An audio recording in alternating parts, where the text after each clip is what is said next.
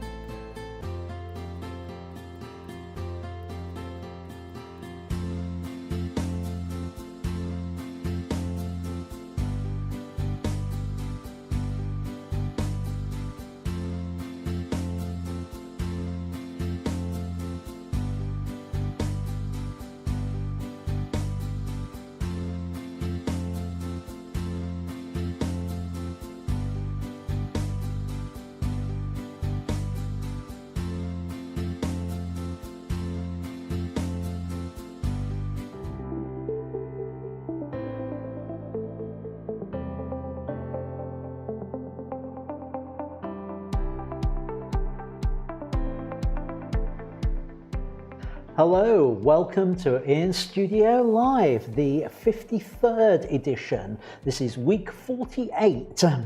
And welcome to our feedback show tonight. Actually, it's a little bit more than just feedback. I've got some Lightroom stuff and a bit of Photoshop stuff for you as well thrown in there, just to keep your interest going. Right, let's get started, shall we? And if you are new here, if you're watching this on replay, if you're new, you don't know what this is, you just stumbled across it, then first of all, thank you for joining us. Secondly, do me a favor and just hit the subscribe button and the little bell so you get notified when future live streams and new videos go live on the channel. And if you're on replay, drop me a comment in the comments field on there. And as I say every time, go and hit that like button. We've got either 7 or 6 concurrent viewers according to my stats and only 2 likes. So go and hit the like button, do me a favor. That tells YouTube this is worth presenting to other people. So please do that if you can. And my thanks as ever to everyone who's been sharing links to the show. Let's hope we can grow the audience over the next few weeks. I really do need to get some more people viewing one way or another. In case you don't know, these are twice weekly shows. On Sunday, we're predominantly tutorial and question and answer to do with photography. That's the focus on a Sunday. Wednesday is feedback, all about your images and the occasional bit of post-production stuff thrown in as well. Like tonight, I've got a video, a 2-minute tip on Lightroom and a 7-minute video which is the start of a series I'm going to do about Photoshop basics, because that's what you asked for. So I'm going to be doing it.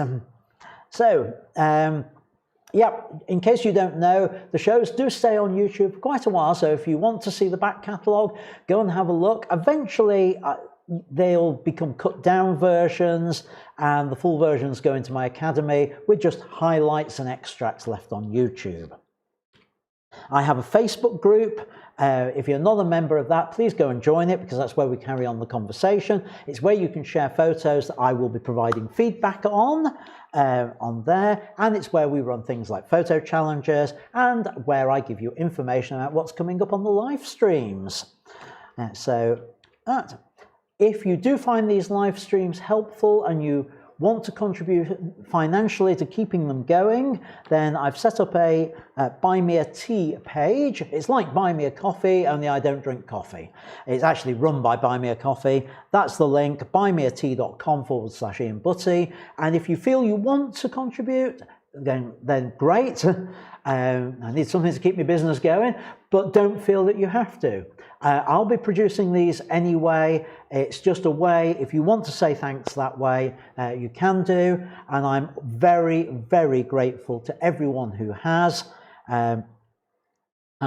Which reminds me, I need to send out an email to people who have recently, because I've got a fact sheet on an inspiration sheet all about sunsets and sunrises, which will be going out. I will get that done on there. I say thank you a different way as well. I put the name of somebody who's contributed on my cup of tea for each show. And tonight's cup of tea comes thanks to Ivan Mushkin. Cheers, Ivan. That's a nice one too. All right. I have a newsletter. There's the link. I will send something out to that. So what have we got on the show tonight? Let's get going proper. We've got 10 people joining. Only 3 likes? Come on, folks. Hit that like button. Yeah. Actually, it's not a video on the giveaway. It was going to be. I've recorded it. I ran out of time to do the edit before I went on air. But I'll talk about the giveaway. I've got some images which were emailed in to me, which I'll talk about. I'm going to show and share with you my Photoshop Basics Part 1 video. I've pre-recorded that. Again, the idea was I was going to do some additional editing to it just to zoom in and highlight bits of the screen, but I ran out of time. So you've just got the basic pre-recorded version on there. I'm going to look at some of your images which were posted to the Facebook group and provide feedback on those. And I've got another Lightroom 2-minute tip in the show. And of course, we've got our live Q&A. I'm not dealing with any pre-existing questions tonight. I'm saving those for Sunday, which will be a Q&A special. But if you've got any burning questions, stick them in the live chat and I will deal with them tonight on there. Yeah, the giveaway. This was kindly donated to me, brand new copy of TOMANG's Digital Photography Step-by-Step book. And it's a cracker. I really don't want to give it away, actually. It's full of really useful information. I've just opened it at random. Architectural photography, lots of different techniques. Yep, I do those. You do those, that's good. And lots of other things in there about different styles, optical techniques. We've got in here studio lighting setups and diagrams, all about blurring the action. There's examples of that in there. And one lucky person is going to get that by, I don't know when it's going to be actually, because I'm not going to do the draw until I've got 500 subscribers. And at the last count, we've got 409. So we need to get 91 more people to subscribe to this channel. Then I will do the draw. But it really is a great reference book. Thoroughly recommend. It's worth 20 quid according to the price on the back of there. It's exceptionally well laid out. It's not waffly, gets straight to the point. And there is only one caveat. I'll send it free to anyone in the UK. If you're abroad, then we'll have to come to some arrangement on the postage and packing, I'm afraid, on that, because it's a heavy book. It is a heavy book. Right, the Q&A. Let's move on. If you've got any questions for tonight, stick them in the live chat and I'll deal with them. I've not seen anything in there yet on that. Do remember there is a delay from when you type the question to when I appear to get it. That's all to do with basically the fact that this is live, but there's a 30-second or so delay from me speaking to you hearing me, and that accounts for the delay we see in the chat. Right, and if you've got questions in the week, do send them to contact me at ians-studio.co.uk. So, as I said, this is a feedback show, and I'm giving priority on the feedback show to images which have been emailed to feedback@ians-studio.co.uk. So please send your images there. It allows me to go into more detail on them because I've got the shooting information. I've got, I can check focus and things, all sorts of things like that on there. At this point, before I carry on with the feedback, let me just say hello to those I haven't said hello to in the chat, which is S1, who I believe is watching on TV. Hello, I've made it to the big screen then.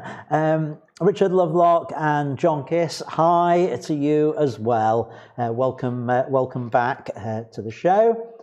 So let's head over to Lightroom and have a look at these edited, these emailed images.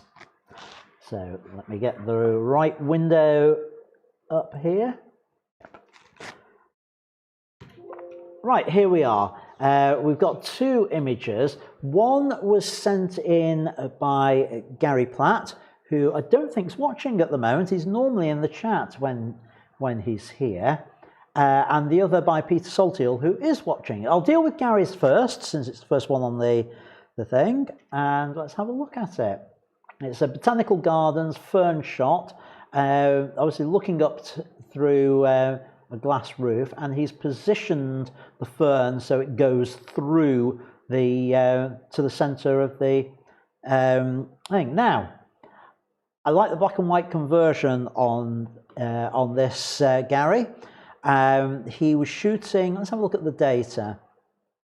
F14, so he'd get the fern and the background in sharp focus. Has he achieved it? I'd say that's not bad. on there.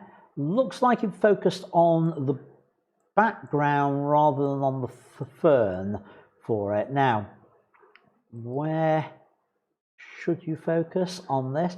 I would have been very tempted, and I don't know where you focused, Gary, but I'd be very tempted to focus right on the tip of the fern for this one. It doesn't look as though that's where the focus point is with it, but I think I'd like to see that as being the focus point. I have actually got a plug-in, but it's not installed, which shows me where your focus points were, and I ought to put that in there. He's used exposure compensation 1 2/3 stops. Why has he had to do that? Well, that's because the white sky on there will cause the camera to say, oh, I want to make that mid-grey, so everything would be dark instead of white, and that would mean the fern would be underexposed and we'd lose that lovely detail that's in there on that. So that's a good choice, well done. It's a wide angle lens, 17mm with it. Again, nice choice. Done well to get nothing else in the shot actually with that. Black and white conversion looks good because looking at the histogram, we've got a full range of brightnesses. That all works fine on there. Would I change anything on it? There's a couple of things I would consider with this. To me, it feels just a little bit lopsided. Now, with something like this, I would say I'd like, if you were going to go with an angled view, I would make sure it was, oh, I know why, I've got that on there. I'd make sure it was very clearly designed to be off center like that, or even on the almost the 45-degree coming into it, which I quite like that sort of approach with it. Alternatively, if I wanted it straight, I'd make sure it was, well, properly straight like that, so it was coming in equally on both sides, which is a slight problem because of this little fern here. So I think my approach would have been much more the coming in from the corner type of approach with it. So I'd probably do something a bit more like that, and that's not necessarily the right crop for it, but something more coming in that way I would probably go with. But that's a bit of a nitpick. It's not an essential item on there. It does work as it is. I just feel that slightly off true. It's difficult to know whether it was deliberate. I suspect it was in your case, Gary, or whether it was just an accident on there. So I would like, if I was doing it, I'd like my viewers to know that I was either deliberately getting it straight or deliberately having it at an angle on there. So, yeah, I think, I mean, if I could go, again, if with the extra space, now I'm restricted obviously on the crop with this, that you wouldn't be, but I would go, I think the angle, something like that, is probably the one I would end up with on there. Okay, so let's have a look at the next one. This is from Peter Saltiel, and this is an interesting shot. Let me pull it up. So it's a sunset shot, which is part of our theme for the evening, and what it is, it's a sunset reflected in one of those plastic wrapped hay bales that you see out in the countryside, which is, I think, quite an unusual concept, and I like the concept of it. I just want to go in and let me do this on here. that's 200%. At 100%, is it sharp?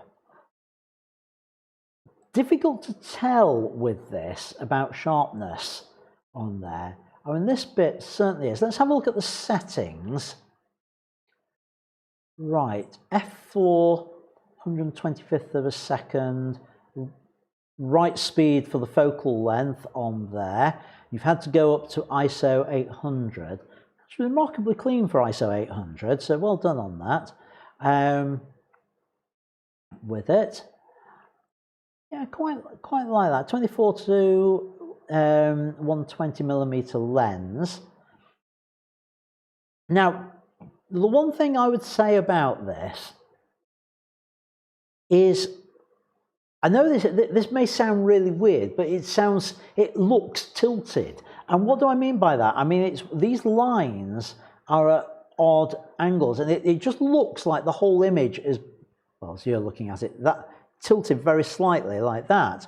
So what I would tend to do with this is I think I'd play around a little bit with the crop on it. And, well, partly the crop, but also I'd use guided mode on here and say, right, well, that's got to be a vertical along there like that. And I'd like that line to appear to be vertical. And once it does that, we get something that we can then crop in and take that off. And I don't want to bring it out too much, but I think something like that gives a much more weird abstract effect to it, the fact that things are a bit more vertical on it. I think this is one of those images that when you see it full screen, it doesn't work quite as well as when it's a small image. I'm not quite sure whether there's anything we could do about that. I might be tempted to increase the clarity on here a little bit and possibly the texture as well. Maybe contrast a bit, make it a bit more contrasty, and even just a hint of vibrance to bring out those colours out. So ignoring the crop, because before and after doesn't do it, just the corrections. So that would be my sort of finished version on there, Peter. I mean, it's just a little different to yours, but I would adjust those verticals because they look like trees in the image in the sunset, particularly on the small version. I think they just want to be more vertical on that. So that's there. Let's head back to the chat and see what's been going on over there. Right, yep, no new questions in chat. Right, so in which case I'm going to move on to our video, which is part one of a series I'm going to try and do on Photoshop basics. This first one, I recorded it just before we came on air, so I didn't manage to do all the editing I wanted to do on it. I've done the essentials, let's put it that way, on there. So you haven't got any of the nice graphics, you haven't got any of the nice background music or the title sequences. It's basically just me talking to camera and telling you about Photoshop and about workspaces, because I wanted to cover that first of all, because it's just knowing your way around the screen. So let me play that in. It's about 7 minutes long, and then we'll come back and I'll look at some more of your images.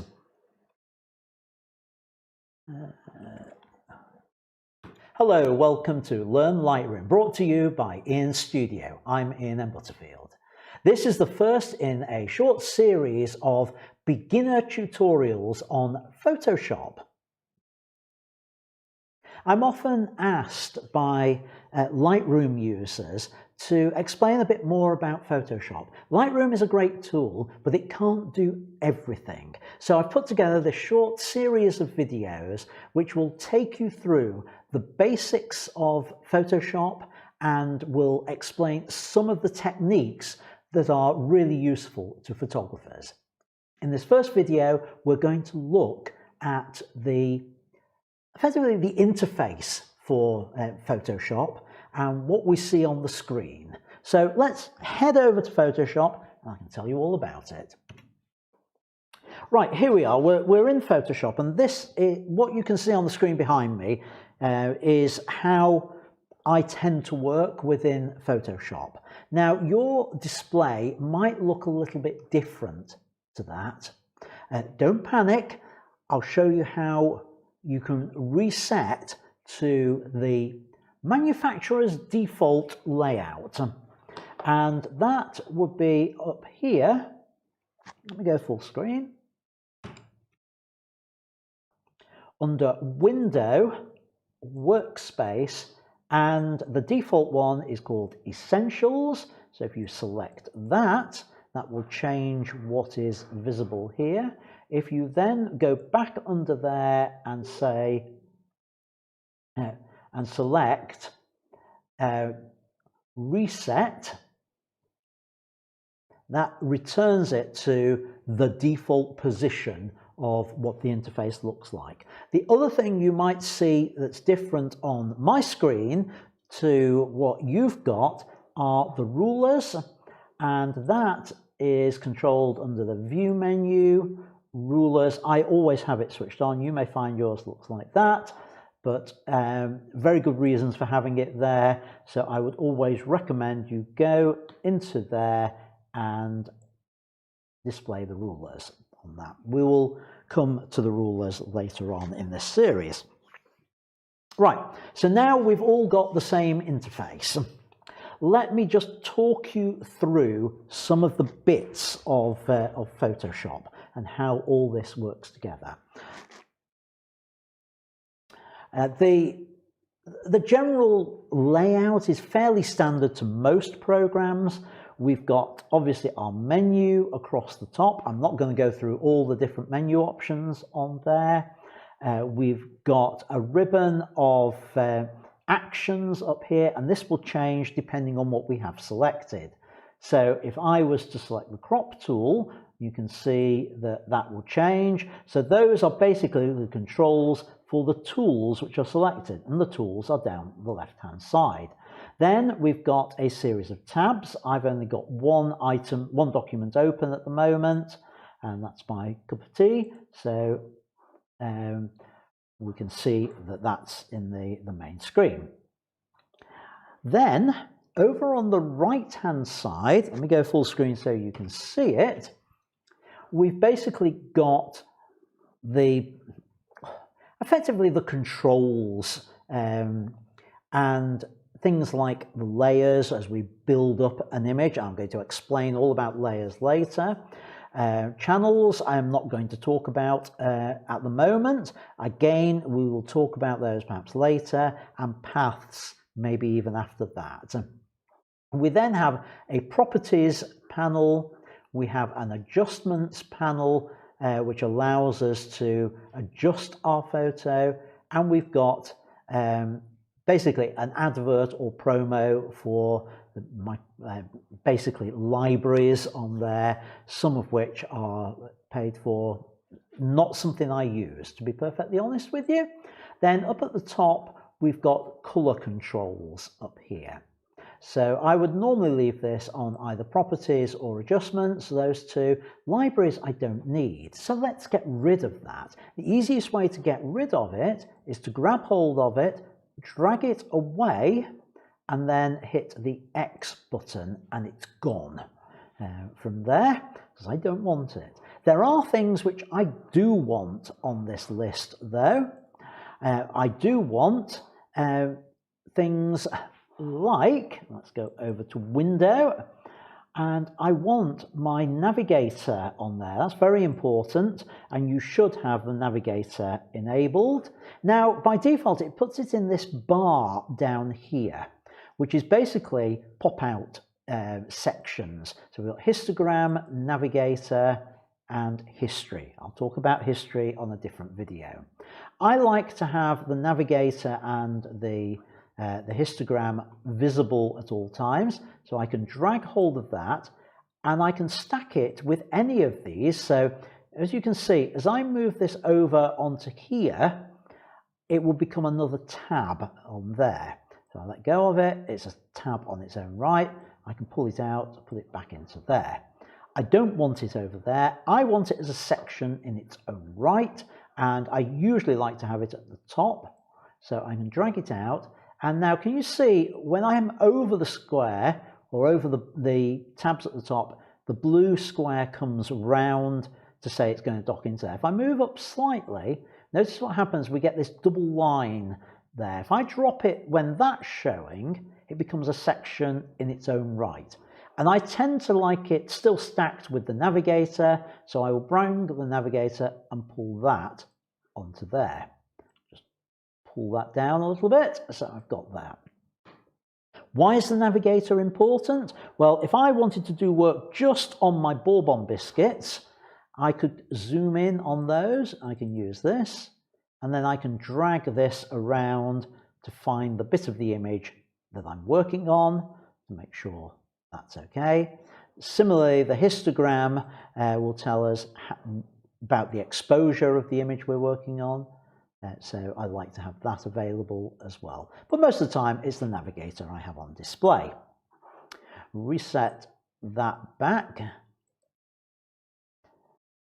The next things I like to have available, I like to have the actions window available. I'm not going to talk about actions immediately. I will come on to that later in this series. I also like to have available the character styles. So I select that, and that also gives me paragraph styles as well. And you can see these are separate items on the dropout, the pull-out. So we've got those. Now you can see that history and actions are stacked together. Up here, I might want them as separate entries. So I can actually do that by just taking the actions on, moving it down there. It becomes its own thing then, so that it's not on a stack with the history on there. So we can do that. Let's close that up, and that's not far off how I would normally have my screen laid out. But as we said, that's not the default. So what I want to do is to save this as my default, and I can do that again under the window. I go workspace and new workspace and give this a name, IMB tutorial workspace. You of course can call it whatever you like. So I say save on there. And I can always now, even if I chose to reset this, went to essentials and did a complete reset on there, as I showed you earlier, I can come back to what we've just set up by going Windows, Workspace, IMB Tutorial Workspace, and there we have the setup, the layout that I'd previously configured. So that's the end of this first short-ish video on Photoshop. So have a play with your workspace. In the next video, I'm going to talk about layers within Photoshop. So, right, so that was the end of that. The wrap-up was just saying subscribe to the channels, which you do already, and it was just to say that the next one will be all about layers, and that's what I'll deal with next week. If you think these are useful to have as part of the Wednesday night live stream, do let me know. If you think they shouldn't be, do let me know, and we can take it from there. Right, let's move on to look at your Facebook images, and nothing else has come in on chat, so let's go over to Lightroom, and there we go. Right, okay, so here we are in Lightroom, and these are the images which got posted up to Facebook this week. Let me go through them. I love this one from Donata. Unfortunately, she doesn't tend to watch the live stream because language problems. I don't speak Italian, so sorry. On there, I love the colour on this, the late afternoon, the golden light on it, the expressions on the two people that she's caught on there. There was a question about the graffiti, whether that should be there or not, and apparently it does have significance, so that should be there. I wonder with this though, if I go into the develop module, I'm just going to push that back, and if I go into crop, for crop, and if I was to say a 16:9 crop with this, I think that works nicely. I very, very nearly had this as the image of the week. It was so close between this one and Amanda's that I eventually chose, and the only the reason that Amanda's won was it was more in keeping with the season that we're in at the moment on there. But it's a nice shot. I would, looking at the histogram, we can afford to lighten things up just a little bit with this on there, and maybe just help the colour and the warmth just very slightly because of that. So that would be the only changes I'd make on there. Moving on. This was the image that was chosen as the image of the week. Now, the observant amongst you will notice a few differences between this image and how it appears on the banner, other than the fact that I've stuck my logo over it. No, the main thing is I flipped it so that the gate was on the opposite side. It just balanced a little bit better with the logo on that. But the other thing I did was to increase the exposure so that the white became white. Now, we've got a little bit blown out in the sky on there. I can try and pull that back on the highlights, just a fraction on there. Now, are we true white? Do I want to go with that? To be honest, I like the bluer effect on there, so I'm going to Control Z. It's something about snow scenes. They should have a little bit of a blue tint to them, but I think we can just up it very slightly to counteract too much of that blue shade on it. And I would do something like that, Amanda, on there. I might also, I think I also pushed up the clarity and the texture so that we see more down here in this section. So before and after with that. Actually, I'll do it with the full screen. Before and after on there. So that's my suggestions for you, Amanda, with that one. Richard, yeah, I know this was part of the bingo challenge. I just think it's a little bit underexposed. It's unusual coming from you, to be honest. You're normally bang on with your exposure. Just needs probably an extra stop in there, like that. I don't have a problem with the specular highlights either. I'd like to see a bit more foreground interest in it as well. Bob, the ducks, right, let's have a look at these. I can't tell, because they're Facebook images, whether we've got critical focus or not on there. I'm presuming you have, although it does look a little bit soft on here with it. I like the reflections with them. I think that works nicely. Would I tighten this up a little bit? Or take the padlock off. maybe just a fraction into more of a panorama format with it, but it's a minor thing on there. It is worth noting that the whites are overexposed. Now, I don't know whether you're shooting RAW. If you're shooting RAW, it should be possible with a highlight slider to bring that back.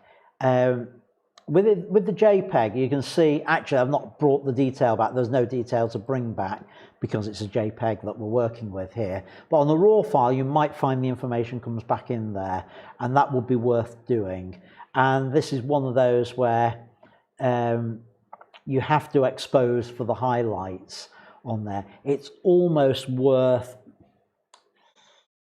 I was going to say spot metering on the white, but that would underexpose it. Yeah, I'd just keep an eye on that. It's one way, it's worth having the clipping highlights, the blinkies on the back of the camera, and if you saw that flashing on the back of the camera, just bring the exposure down a little bit on there to account for it, and then bring the shadows up to counteract if they're just a little bit underexposed. Robin, love this one of the church and the black snow on the white background. Very effective on there with it. I would just like to see those verticals corrected on there. So transform. If I say auto, what's it? Oh, not so good. Full will make horrible. Verticals. Yeah, something like that. The only problem with that is what it's done with the foreground. We've lost a lot of the foreground. Now, I can deal with a little bit of that by playing with the aspect ratio on this. And you see, there's actually a lot at the bottom there that we could get back, but I'd like to see a bit more on that. So if I bring that back and then vertically, ooh, didn't mean that. I meant the Y offset just to bring that up a little bit to get the maximum of the ground in shot without losing the top of the tower. So I would go with something like that just to correct that there. And that's the only thing that we need to do on that. So that's before and after. You see that just straightening up. Unfortunately, we've lost this nice framing edge with it as well.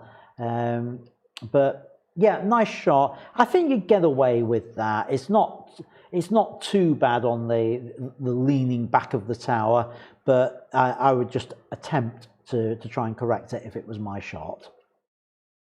Yeah, nice. Again, another nice one from Donata. Just an interesting concept shot. I think it's just a fraction underexposed looking at the histogram here. So I will push the exposure up to something like that. Do watch the reflections in windows when you do these types of shots. Neil, it's an interesting one. It's obviously an intentional camera movement shot.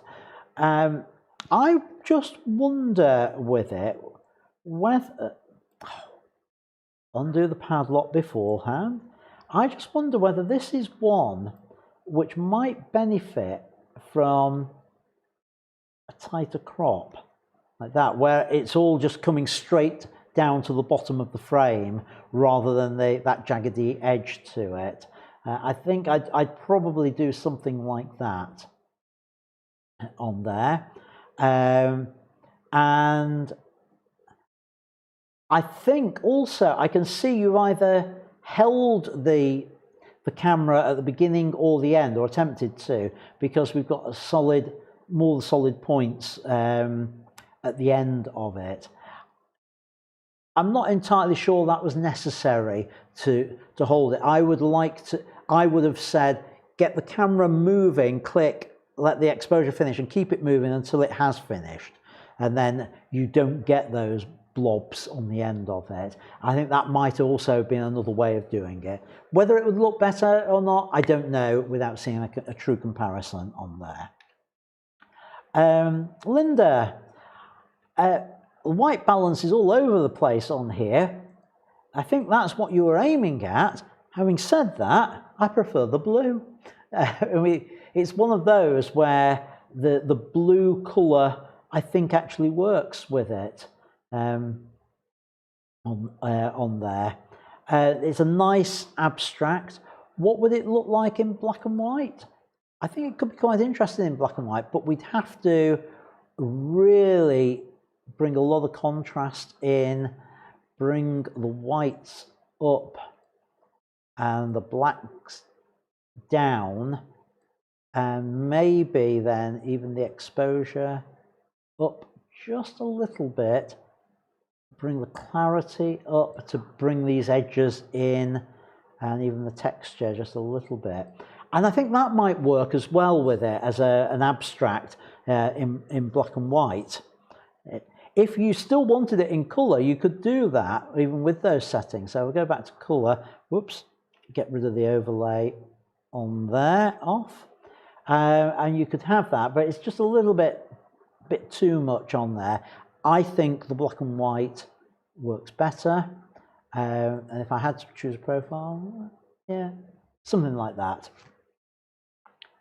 Bernard, don't know whether you're watching tonight or on replay. Bit underexposed on this one. I know you replaced the original version, which looked like Bertie Bassett had been squashed by a steamroller. I quite liked the original, actually, on there. The problem with this one is I think you must be shooting at a very high ISO looking at this. I think you'd be better with off-camera flash for this sort of subject, or it needs more daylight on it, because your ISO must be high because of the graininess that we're seeing on there with it. Another one that's a bit grainy for high ISO, Richard. Your grainy penguin. I love the reflection on there. I would like to see that a little bit sharper though. Lower ISO. Maybe use off-camera speed light. Don't point it at the penguin. Point it at a bit of a card or at the ceiling, so it just becomes a general illumination on there, and that would work with it on that. Robin, sunset one. I can't make my mind up whether the horizon's straight on this. I think it's not. I think it needs to come down to something like that. That looks a little bit better. Now, this is one that needs a little bit of playing with on there. I would say we need to bring the shadows up just a little bit on it.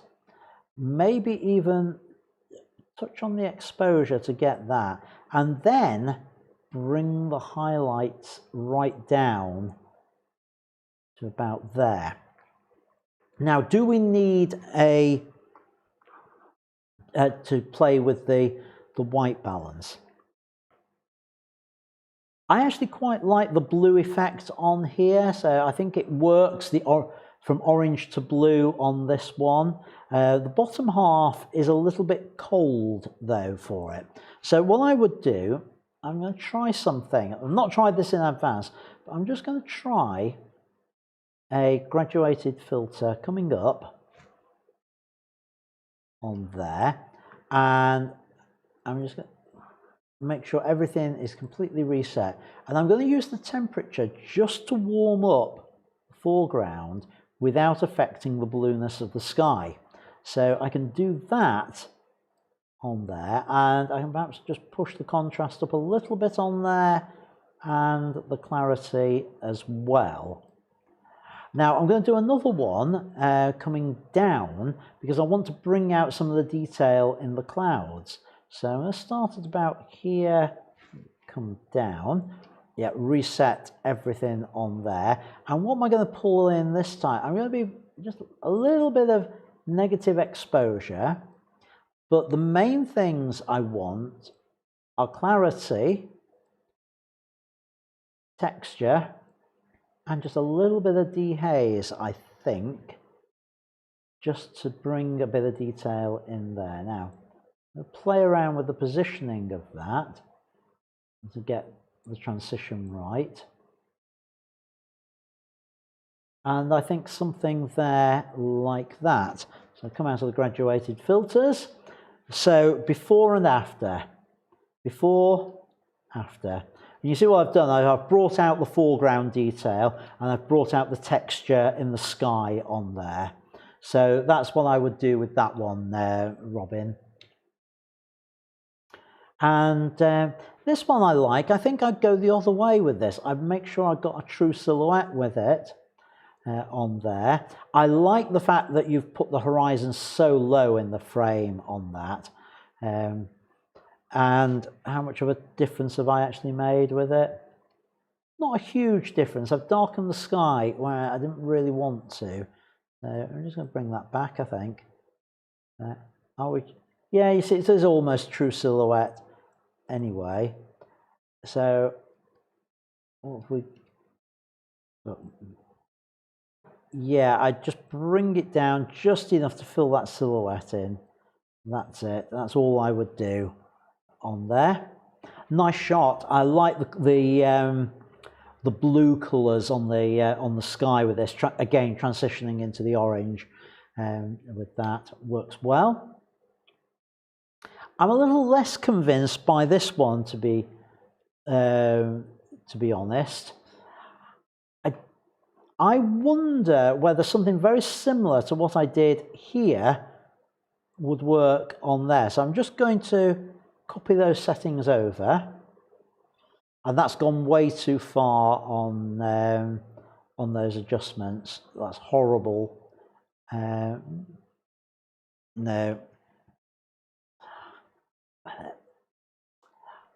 It looks like Lindo Moss, that, but I'm not sure. Yeah, I'm not sure what we need to do on this one. I think it lacks something, but I can't quite work out whether it's foreground. I think it's probably foreground interest. The foreground doesn't do anything for me with it. So I wonder, every single time, I just wonder if I did that, maybe, I don't know. No, I don't think it's as strong as the other two images, Robin. John, love the shot looking down on the rabbit and the squirrel.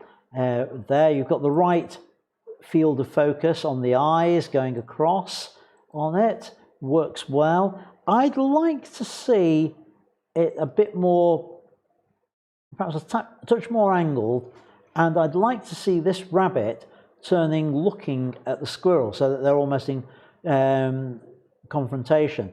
I don't know whether your intention was to have the rabbit looking at the, whatever it is, fruit that the squirrel's got hold of, but he's actually looking past it. So I'd like to see the interaction on there, but good concept. Karen, I don't know whether you're watching this. You said it's a phone image, which is fair enough, not a problem with that. Climbing up a volcano. And now, this is where I'd said on Sunday about needing to play with the white balance on images, because cameras, even phone cameras, tend to take the orangeness out. And we see we've lost that on there. So what I would be doing with this is I'd be bringing that up. It's also slightly overexposed for a sunset. I'd be bringing that down and then deciding with the blacks whether I want to go to a true silhouette on it, which might work nicely on there to give something along those lines, which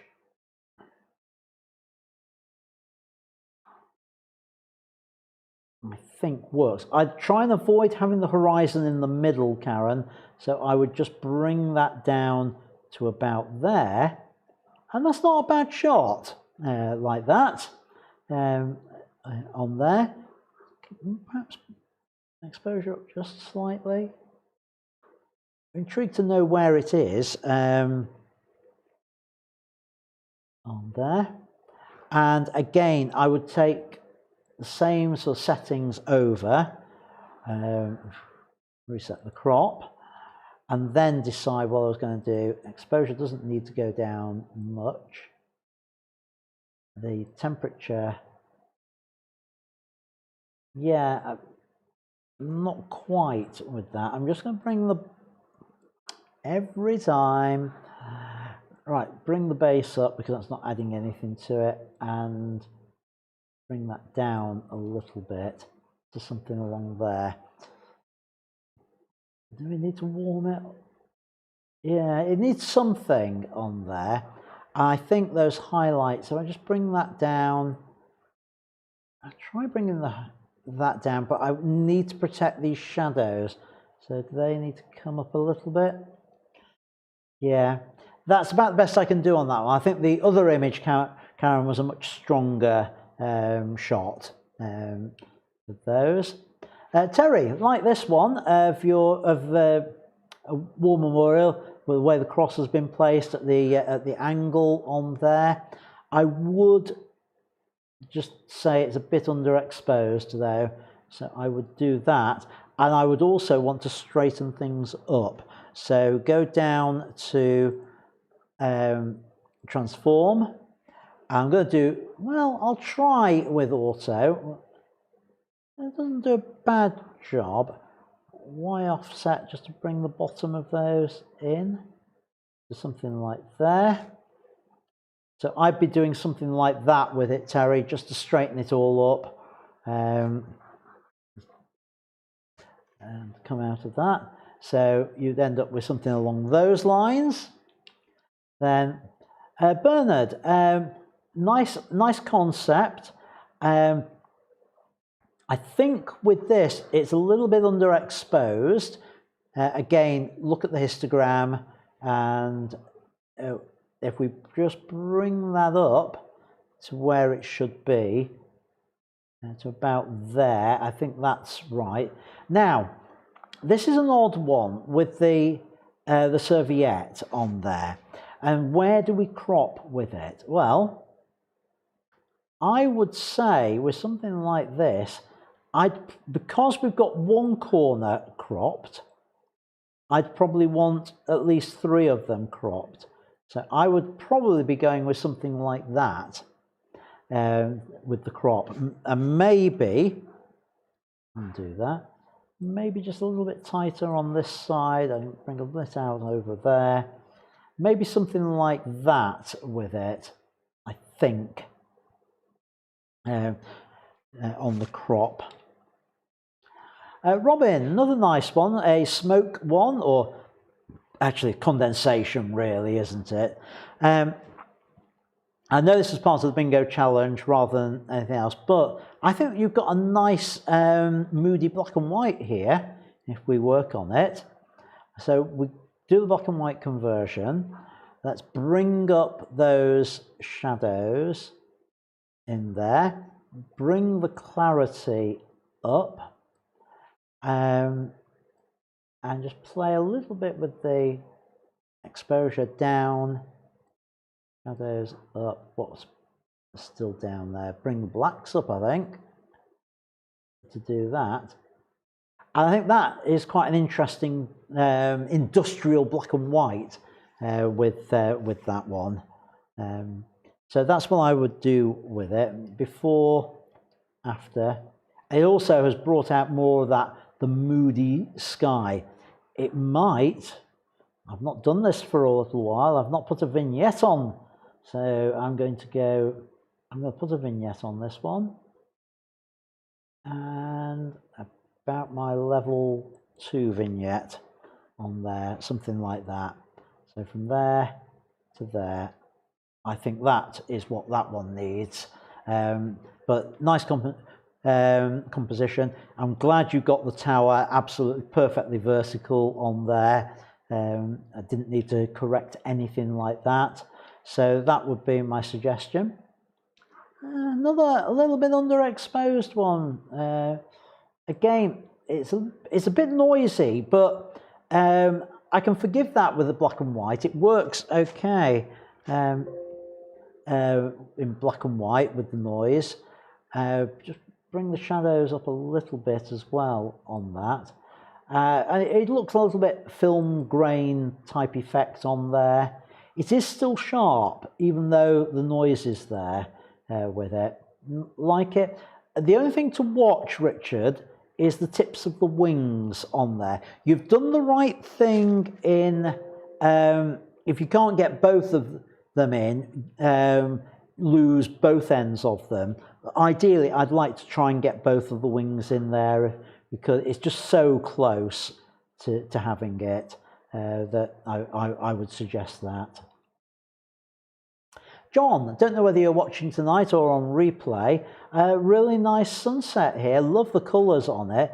We've lost a little bit of detail in the shadows, so just bring that up a little bit.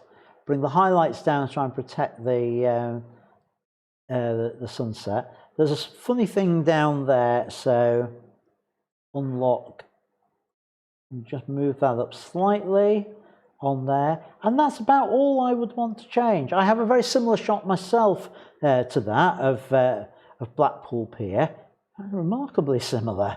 I know it will have been taken at a different time, but yeah. So good idea, good concept. Like you've got your horizon straight, you've got your vertical straight, you've got horizon on 30 degrees. So yeah, just well done. Robin, another nice one on here. Nothing else I would add to that. Love the shadows and great bench. Fantastic bench on that. John, I'm not quite sure what I'm looking at here, so difficult to comment on what it is. I just feel it needs a bit more contrast to it though, and maybe a little bit increase in the exposure. Bring those blacks back a little bit. Other than that, it's an interesting abstract, but I can't quite work it out what it should be because I don't know what it is on it. This one, the usual, I'm afraid, John. Get your vertical straight and your horizontal straight in the edit. It's a really easy one to do, this. I'm doing it here in Lightroom, but things like Snapseed will also allow you to do this.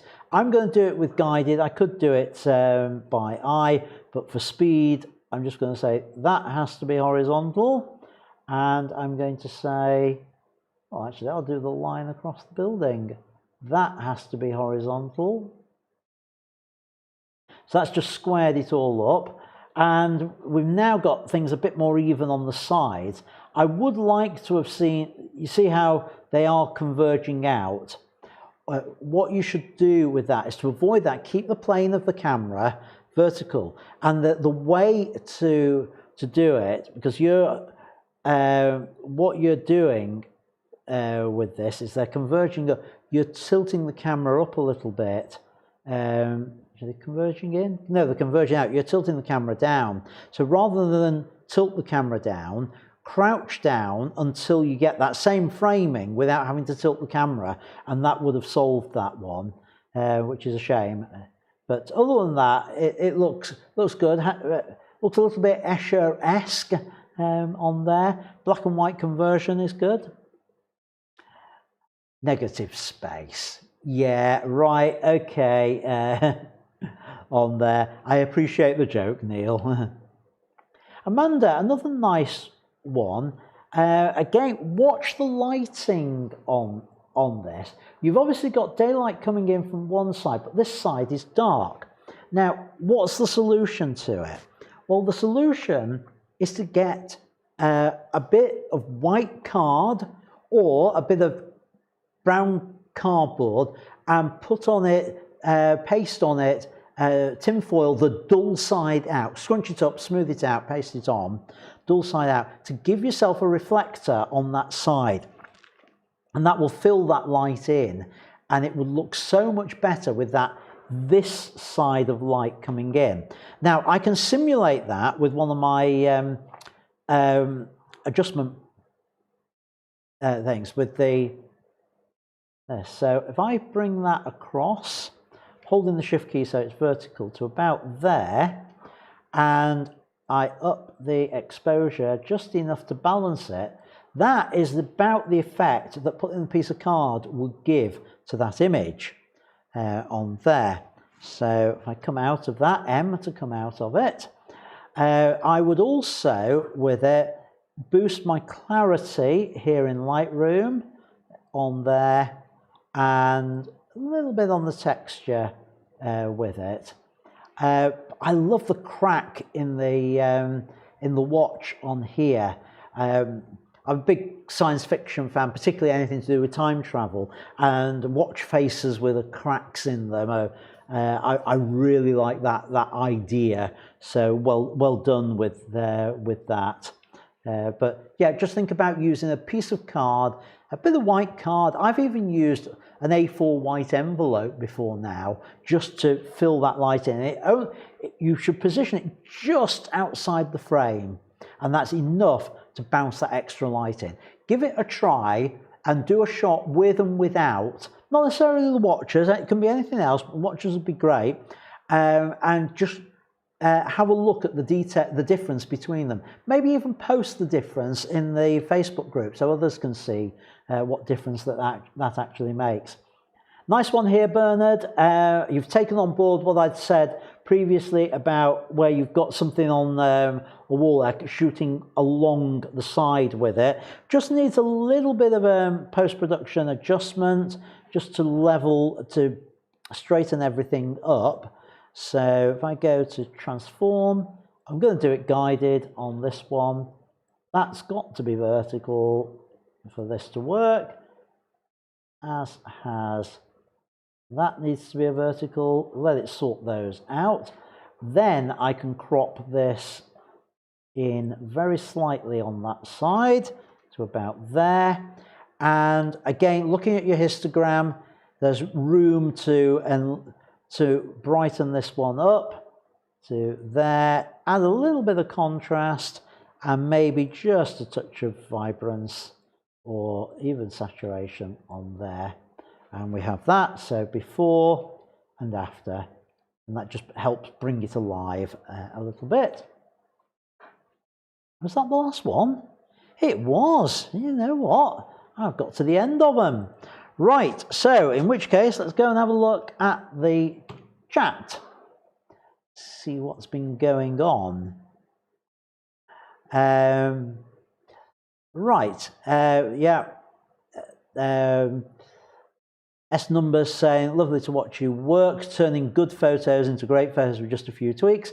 Well, I'm glad it helps, folks, on there. So let's move over to basically a 2-minute tip about Lightroom. Another one. It's about 5 minutes actually, this one, but it is an important one, so I'll just play it through. Hello, welcome to a new 2-minute tip. In this video, I'm going to look at why you shouldn't edit your images outside of Lightroom and how to solve the problems that causes if you do.